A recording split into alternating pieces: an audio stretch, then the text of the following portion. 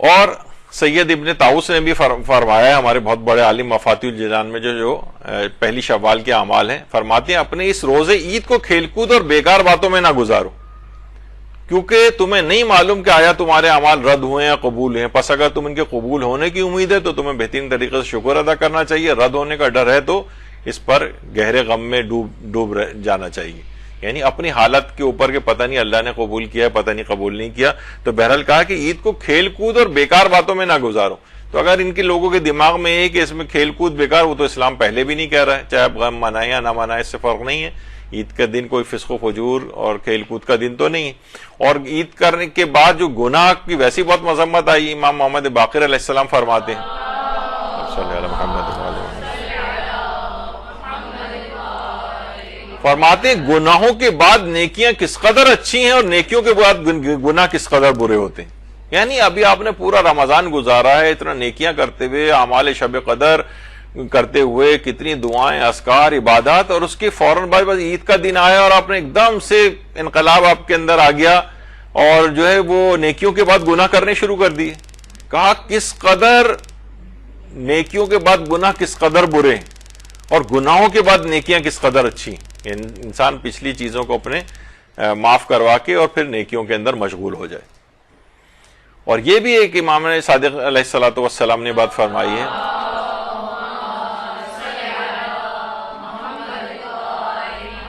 کہ جسے یہ معلوم کرنا ہو کسی کی نماز قبول ہوئی ہے یا نہیں ہوئی، تو نمازوں کے اعتبار سے بھی ہو سکتا ہے، روزوں کے اعتبار سے بھی ہو سکتا ہے، تو یہ دیکھے کہ اس کی نماز یا مثلاً اس کے روزے نے، یہ میں اپنے روزے کا میں نے اپنی طرف سے اضافہ کر دیا کیونکہ بات ایک ہی جیسی ہے، نے اسے فحشاء اور منکر سے روکا یا نہیں، پس وہ جتنا وہ برائیوں سے بچے گا اتنی ہی اس کی نماز قبول ہوگی۔ یعنی نماز اور روزے ہمارے پرسنٹیج وائز بھی قبول ہوتے ہیں، یہ نہیں ہوتے کہ آل اور ننس لا استعمال ہوتا ہے یا تو 100% قبول یا بالکل زیرو، ایسا نہیں، پرسنٹیج وائز بھی قبول ہوتے ہیں۔ جیسے خشوع خضوع جتنا زیادہ ہوگا اتنی نماز میں پرسنٹیج قبولیت کی بڑھتی جائے گی، جتنا اپنے آپ کو گناہوں سے بچائیں گے اتنی پرسنٹیج، زیادہ گناہوں سے بچا رہے ہیں نماز زیادہ قبول ہو رہی ہے، کم گناہوں سے بچا رہے ہیں اپنے آپ کو نماز کم قبول ہو رہی ہے۔ اسی طرح سے نماز اور روزے دونوں کا مسئلہ ہوگا۔ اور یہ بھی فرمایا امیر المومنین نے کہ زیادہ خوبصورت لباس پرہیزگاری کا لباس ہے، یعنی گناہوں سے بچنے کا لباس، دنیا کے لباسوں میں سب سے زیادہ خوبصورت لباس یہی ہے۔ اور خاص طور پر کیونکہ عید قریب ہے تو اس میں کچھ باتیں اس متعلق بھی آ جائیں کہ عورت کے لیے میک اپ کرنا اور مہندی لگانا بذات خود جائز ہے، لیکن انہیں لگا کر نامحرموں کے سامنے آنا یہ جائز نہیں، اگر ایسا کیا تو چہرے اور ہاتھوں کو نامحرم سے چھپانا واجب ہو جائے گا۔ یہی وجہ ہے کہ عورتوں کے لیے آیت اللہ سیستانی فرماتے ہیں احتیاط مستحب ہے کہ جوان عورت نماز عید کے لیے نہ جائے،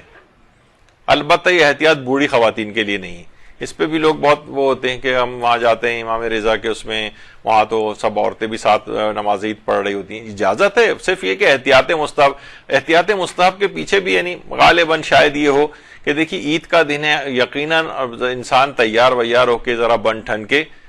جو ہے وہ جاتا ہے، تو اگر نماز عید کے لیے بھی جا رہی ہیں اور خواتین تو ایسا نہ ہو کہ کہیں بے اعتدالی ہو جائے اور حرام کی طرف نہ چلے جائیں، اور تو اس لحاظ سے اس کو پسندیدہ شمار نہیں کیا گیا کہ احتیاط مستحب عورتیں نماز عید کے لیے نہ جائیں، گھر میں پڑھ لیں، مستحب ہے گھر کے اندر بھی پڑھ سکتی ہیں وہ، لیکن یہ احتیاط بوڑھی عورتوں کے لیے نہیں ہے، وہ اگر چلی جائیں نماز عید وغیرہ کے لیے تو اس میں مسئلہ نہیں ہے۔ اور شب عید آئے گی جس میں ہمارے یہاں فوراً گانے بجانے اور کیا کیا کچھ شروع ہو جائے گا۔ یہ روایت میں آیا ہے، پیغمبر فرماتے ہیں کہ یہ رات شب عید الفطر مرتبے میں شب قدر سے کچھ کم نہیں، یعنی شب قدر میں انسان کتنا احتیاط کر رہا ہوتا ہے، کتنا محتاط، کتنا عبادتوں کی طرف دل راغب، اور یہ رات اس طرح کی رات بنا دی گئی ہے کہ بالکل عبادات سے بالکل دل اچاٹ اس کا ہو جاتا ہے، اور بس وہ فوراً فسق و فجور، گانے بجانے، یہ وہ، مہندی بازار، یہ سب چیزیں شروع ہو جاتی ہیں۔ تو یہ شب قدر سے کم اس رات کو نہیں سمجھنا چاہیے، بلکہ اس کو یعنی وہ 3 راتیں جس میں امیر المومنین بالکل نہیں سوتے تھے، ایک 15 شعبان کی رات تھی، ایک 23ویں شب قدر تھی، اور ایک شب عید الفطر تھی۔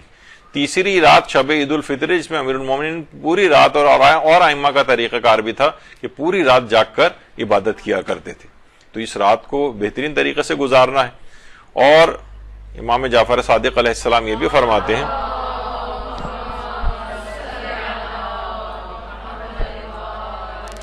کہ دو مومن جب ایک دوسرے سے گلے ملتے ہیں جیسے عید میں بھی ہوتا ہے تو اللہ کی رحمت ان کو ڈھانپ لیتی ہے، بشرطے وہ خدا کی خوشنودی کے لیے ملتے ہوں. تو ان سے کہا جاتا ہے کہ اب تم اپنے عمل کو نئے سرے سے شروع کرو. یعنی قدم قدم پر عید کے جتنے بھی انسان جاتا ہے اپنے رشتہ داروں سے گلے ملتا ہے اور